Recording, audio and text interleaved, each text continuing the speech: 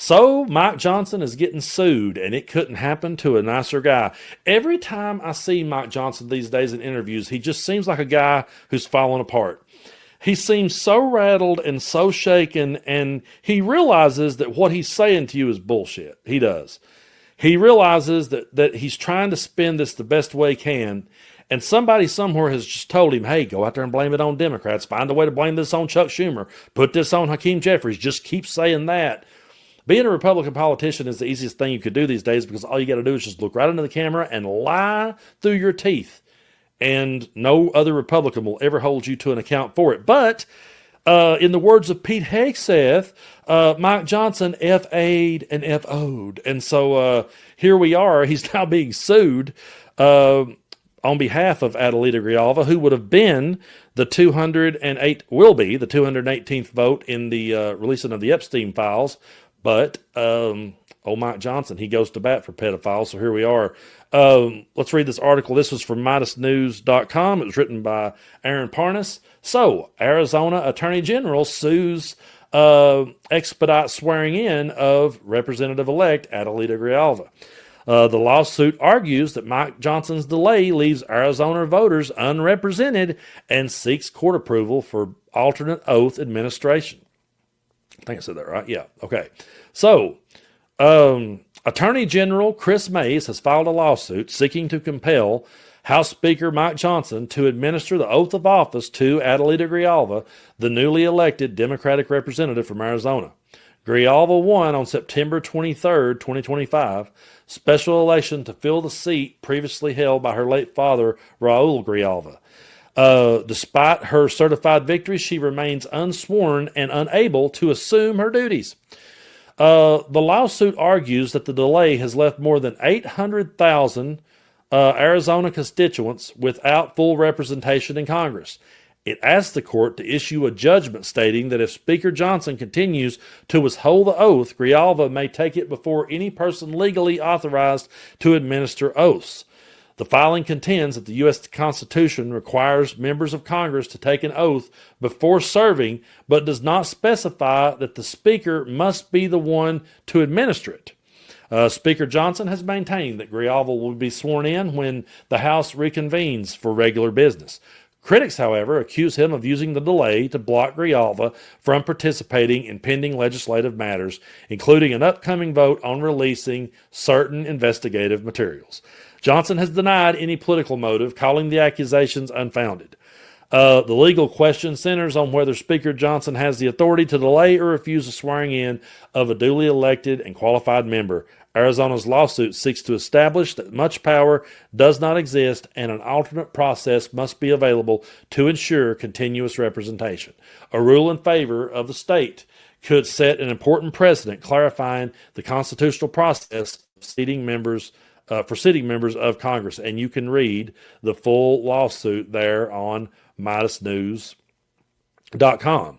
But folks, I really do believe that this is the type of thing that we're going to have to see more of if we're going to continue to combat this authoritarian regime. And I don't throw that word around lightly. Authoritarian, by definition, is favoring strict obedience to authority, especially at the expense of personal freedom. And that's what we're seeing more than ever with Donald Trump. He wants everyone to give up their personal freedom, to worship him wholeheartedly.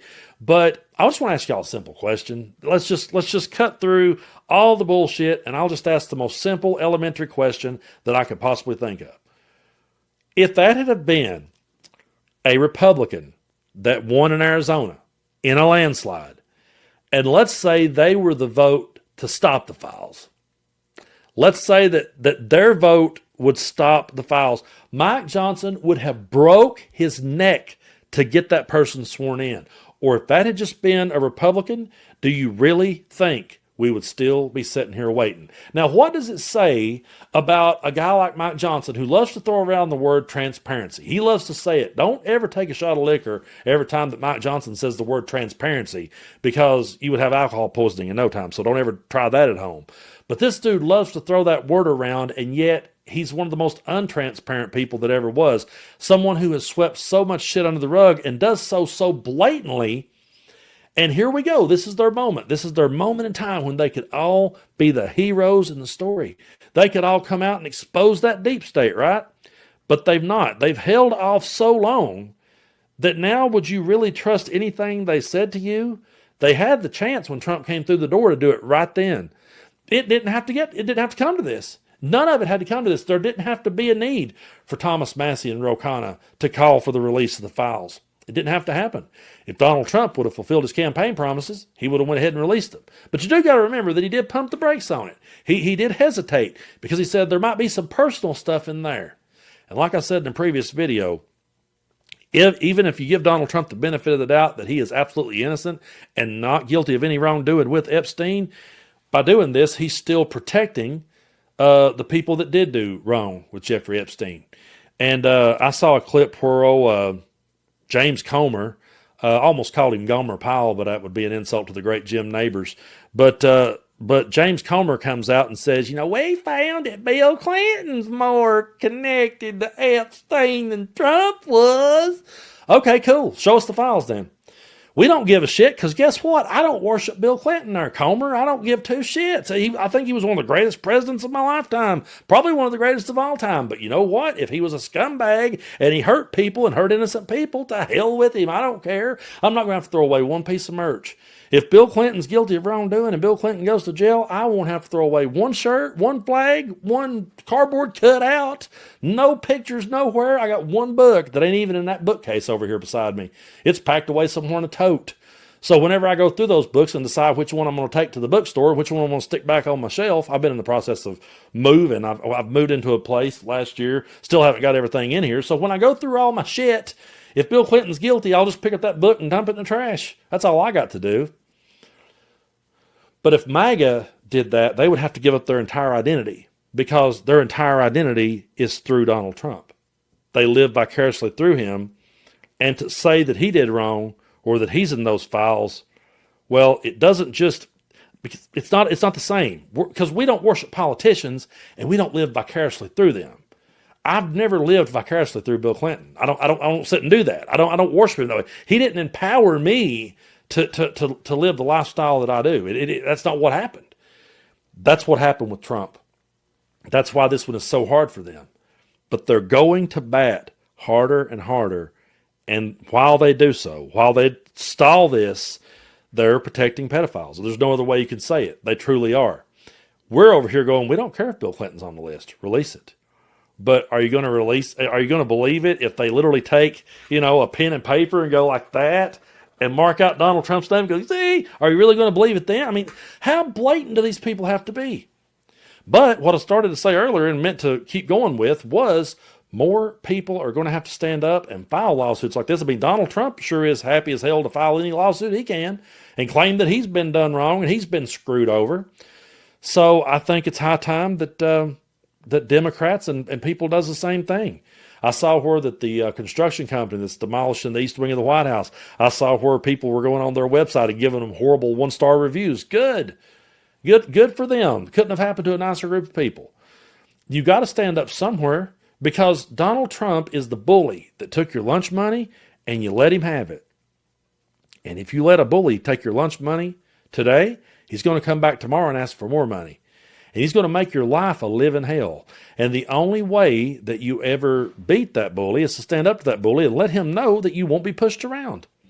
So, Mike Johnson is the little bitch that just goes out there every time and sits there. We're going to do it. I promise we're going to do it. We're going to be very transparent with the American people, blah, blah, blah.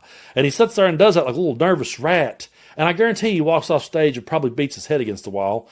And then goes and watches porn and his son texts him to say, hey, Dad, I heard the phone ding. What are you doing? That's the type of idiot that he is. But he deserves this. Couldn't have happened to a nicer guy. I hope they sue him harder. I hope they sue him for more. I don't give a shit if I see Mike Johnson out on the side of the road, looking for a job. I'd be like, screw you, pal. Because they had no problem screwing over the American people. None whatsoever. So whatever happens after this, and I really hope that one day we see all of these people on trial for their wrongdoing. I really do. Donald Trump may have worked it out that he got immunity, but Mike Johnson doesn't have it.